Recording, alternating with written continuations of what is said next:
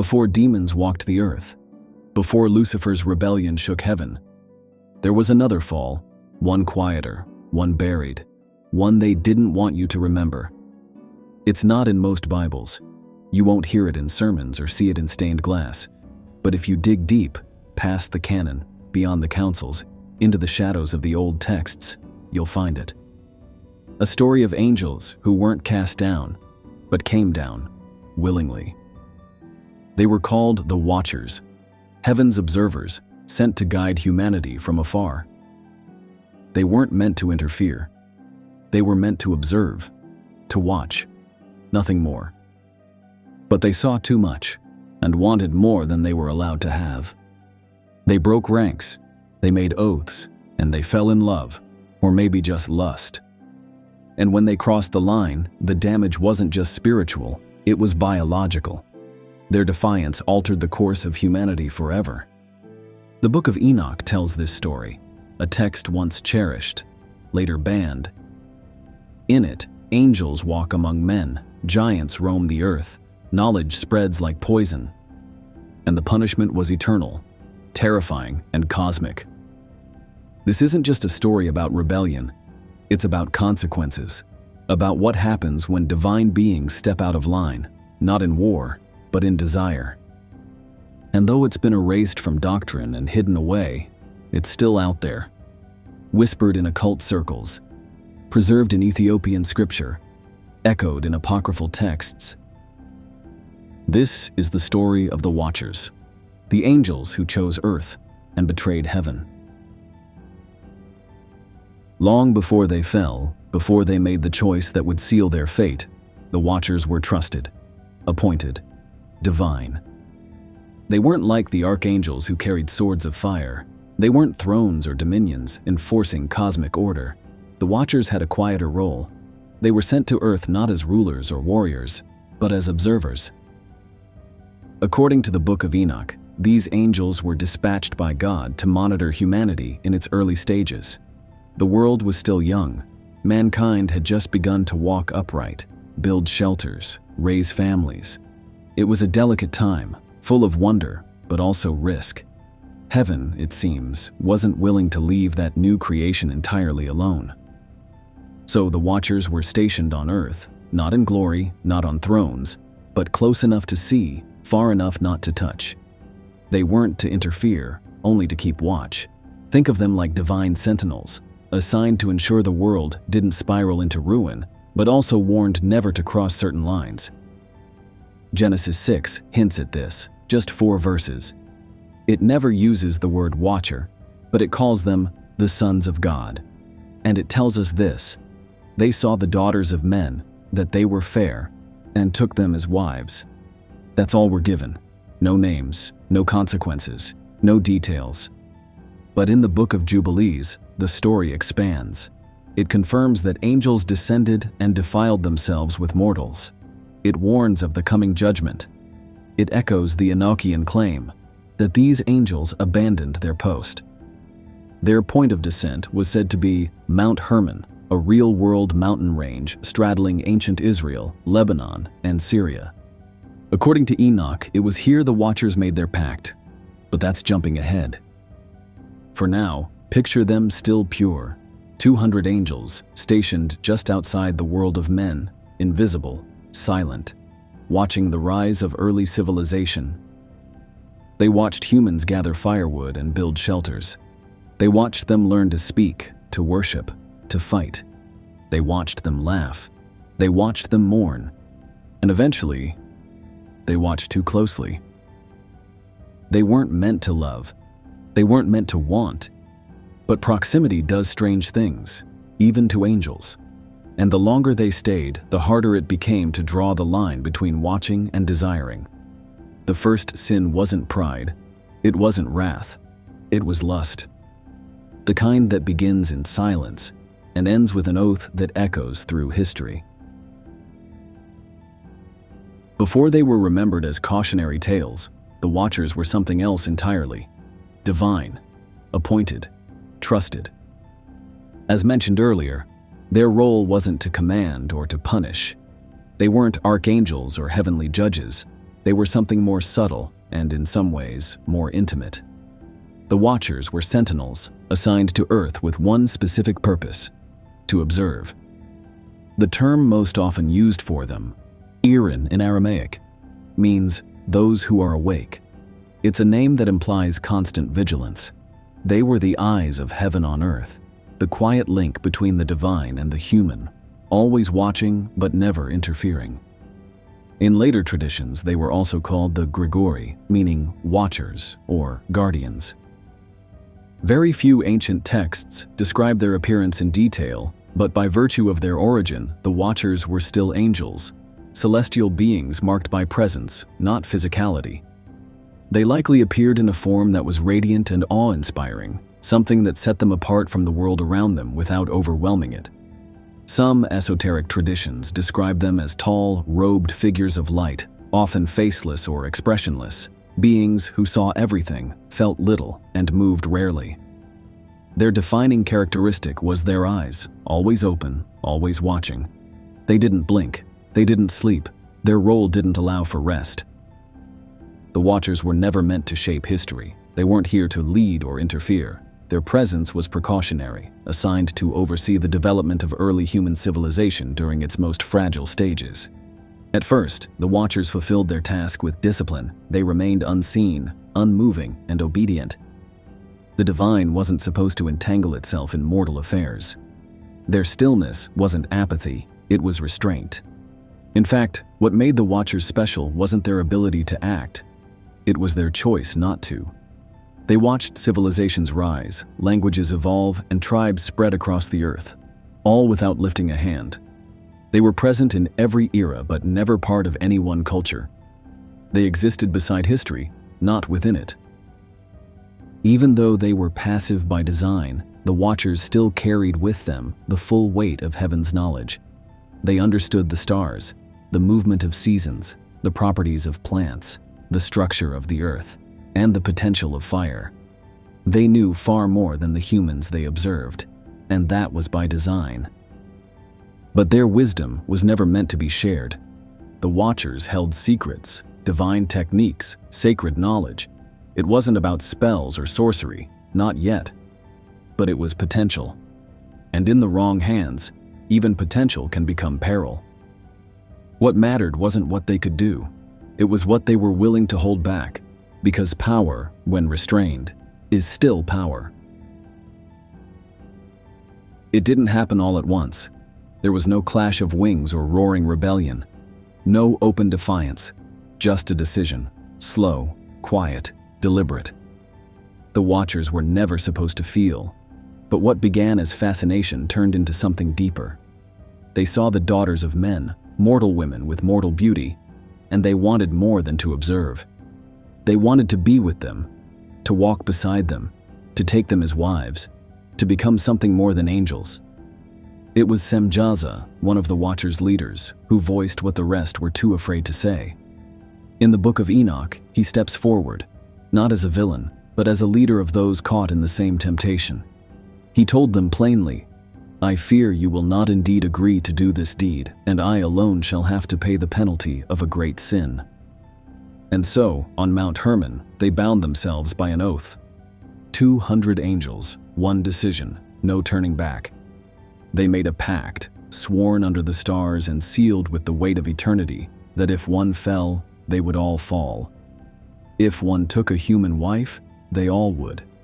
The Book of Enoch even names them Semjaza, Azazel, Arachiel, Kokabiel, Tamiel, Ramiel, Sariel, and many more. Angels whose names once rang through heaven, now carved into the mountain where they chose to abandon it. And they descended. But this wasn't the fall of Lucifer. These angels weren't cast out in rage or rebellion. They came down by choice. Not to tear heaven down, but to embrace the earth, fully, physically, intimately. They took wives. They bore children. They walked among humanity like gods, teaching, building, mingling. For a time, it must have felt like paradise. But what they created was not holy. Their unions gave birth to the Nephilim, giants, yes, but something far more disturbing. hybrids, beings too great for Earth, but too flawed for heaven. Their existence was proof of the boundary that had been broken, living reminders that divine order had been corrupted. The fall of the Watchers wasn't just about desire, it was about crossing a line that was never meant to be crossed. Heaven and Earth were supposed to remain distinct. But now, the floodgates were open. The Watchers had fallen, but they hadn't yet been judged. That part was still coming. Hey everyone, just a quick intermission here. I wanted to say thank you for watching this video. It really means a lot to me. Did you know that over 80% of you who are watching right now aren't subscribed to the channel? If you've enjoyed this content so far, it would be incredible if you could hit that subscribe button. It's a small gesture, but it really helps the channel grow and ensures that you won't miss any more of our fascinating stories we explore together. Also, if you're feeling generous, please give this video a thumbs up, leave a comment, and share with anyone else who may enjoy it. Your support really does make a difference and keeps the content coming. Thanks again, and let's get back to the story. The Nephilim were the most visible consequence of the Watchers' fall, but they weren't the only one. The Watchers brought more than their presence. They brought their knowledge. In heaven, that knowledge was sacred, divinely regulated, held back from creation until it was ready. But once the Watchers descended, they passed it down freely, not to uplift mankind, but to endear themselves, to impress, to influence, to remain indispensable. And that's where the real damage began. According to the Book of Enoch, each Watcher revealed a different kind of wisdom. Taken individually, they might have seemed like small advancements, but together, they accelerated human development in ways that were neither natural nor safe. Azazel taught men how to forge swords, daggers, and shields, introducing bloodshed on a new scale. Semjaza revealed enchantments and root cuttings, primitive sorcery, and medicinal manipulation. Kokabiel taught the signs of the stars, spawning astrology and celestial prediction. Penemu gave humanity writing and knowledge of ink and paper, tools for record-keeping, but also for deception. Kazdeja taught about abortion and the smiting of the embryo, a chilling reference to unnatural control over life and death. This wasn't knowledge meant for human hands, not yet, and certainly not like this. The result wasn't enlightenment, it was corruption. With weapons came war, with beauty came vanity, with magic came manipulation, with astrology came false prophecy, with knowledge came arrogance. The Watchers didn't just blur the line between heaven and earth, they rewrote the rules entirely. Humanity, still in its infancy, was handed tools of gods, without the wisdom or restraint to use them. And the worst part? The people welcomed it. They saw the Watchers as benefactors, divine kings, messengers of power. They followed them, worshipped them, built their lives around the gifts they had been given. But those gifts were never blessings, they were accelerants. In trying to share the secrets of heaven, the Watchers didn't elevate humanity, they destabilized it. This wasn't just a broken law, it was a broken world. And from heaven's perspective, something irreversible had begun. The earth was unraveling. Giants walked the land, devouring crops, animals, even people. Sorcery and bloodshed spread like wildfire. The knowledge that had once been kept sealed within the heavens now ran unchecked among mortals. And the angels who caused it all still walked the earth, unrepentant, proud, and adored. But not everyone bowed to them. Among the chaos stood a single man, Enoch. He wasn't a king, he wasn't a warrior, he was a scribe. A quiet figure who, according to the Book of Enoch, walked with God. In a world that had lost its balance, he remained steady, unmoved by the false gods around him, untouched by the madness they had brought. And so, when the Watchers finally began to fear what was coming, when they realized their actions hadn't just broken divine law, but provoked divine judgment, it was to Enoch they turned. They didn't dare speak to God themselves. They had fallen too far. But perhaps Enoch could speak on their behalf.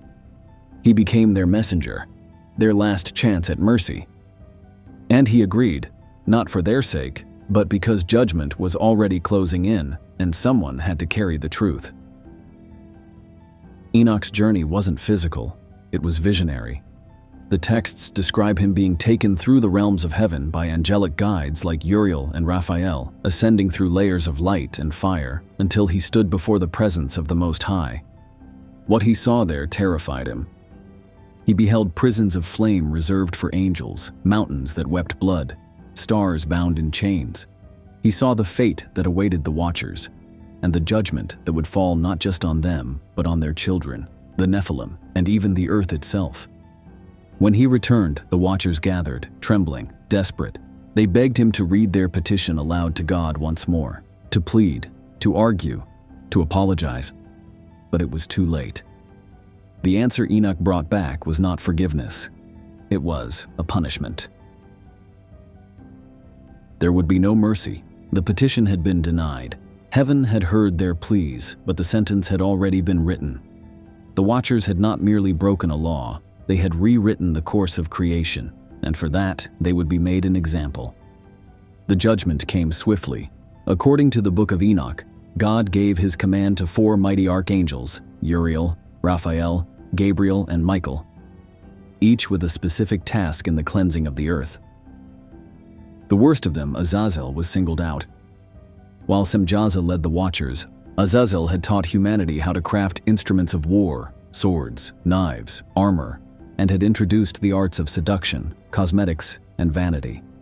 He had taught mankind how to look powerful, and how to become deadly. For this, he was bound hand and foot by Raphael and cast into the wilderness of Dudael, a scorched, barren land described as jagged and pitch black. There, Azazel would remain, sealed beneath the earth, beneath jagged stones, covered in darkness until the final judgment. His name would forever be associated with sin. In the book of Leviticus, the Hebrew ritual of the scapegoat, where one goat was sent into the wilderness carrying the sins of the people, was said to be sent to Azazel. He became more than a fallen angel. He became the embodiment of transgression. The rest of the Watchers, including Semjaza, were punished together. God commanded Michael to bind them, to strip them of their heavenly form, and to cast them into the depths, into an abyss beneath the mountains of the earth. There they would be sealed in darkness, unable to rise, their punishment extending not just through time, but until Judgment Day itself. They would not die. They would not be redeemed. They would simply wait in silence, in shame, and in chains. The Watchers had made their choice. They descended. They loved. They taught. They broke what was never meant to be touched, and for that, they were judged. One by one, they were sealed beneath the earth, chained in silence, far from the world they once longed for. Their fate was final, their sentence unrelenting, but their story didn't vanish. For a time, it lived in the words of Enoch, the lone mortal chosen to stand between man and angel. He delivered their pleas, witnessed their downfall, and preserved their fall in scroll and memory. The Book of Enoch held it all, the oaths, the names, the consequences. But like the angels themselves, it was buried. The Book of Enoch was excluded from most Bibles, quoted by early Christians, studied by Jewish mystics, then quietly cast aside, not because it contradicted Scripture, but because it said too much. It revealed that even angels could fall for reasons more human than divine. It showed a heaven that punishes its own, and a world that paid the price. Still, the story refused to die. For centuries, the Book of Enoch was lost to the West, surviving only in the hands of Ethiopian Christians, where it remained canon. It re-emerged in the Dead Sea Scrolls, tucked away in caves for over 2,000 years. Echoes of the Watchers lingered in the Book of Jubilees, in Midrashic commentary, in Islamic traditions that speak of Harut and Marut, and in Gnostic texts, apocryphal scriptures, and demonological occult grimoires that preserved the names of fallen angels that no one was supposed to remember. Most people don't know the Watchers by name, but they know the shape of their story. They appear in stories of forbidden knowledge, of giants walking the earth, of angels who came down from the sky, and left something behind. Because you can bind an angel, you can bury a book, but you can't unwrite the story. And while the Watchers may be gone, their children, the Nephilim, remain. At least, for the time being.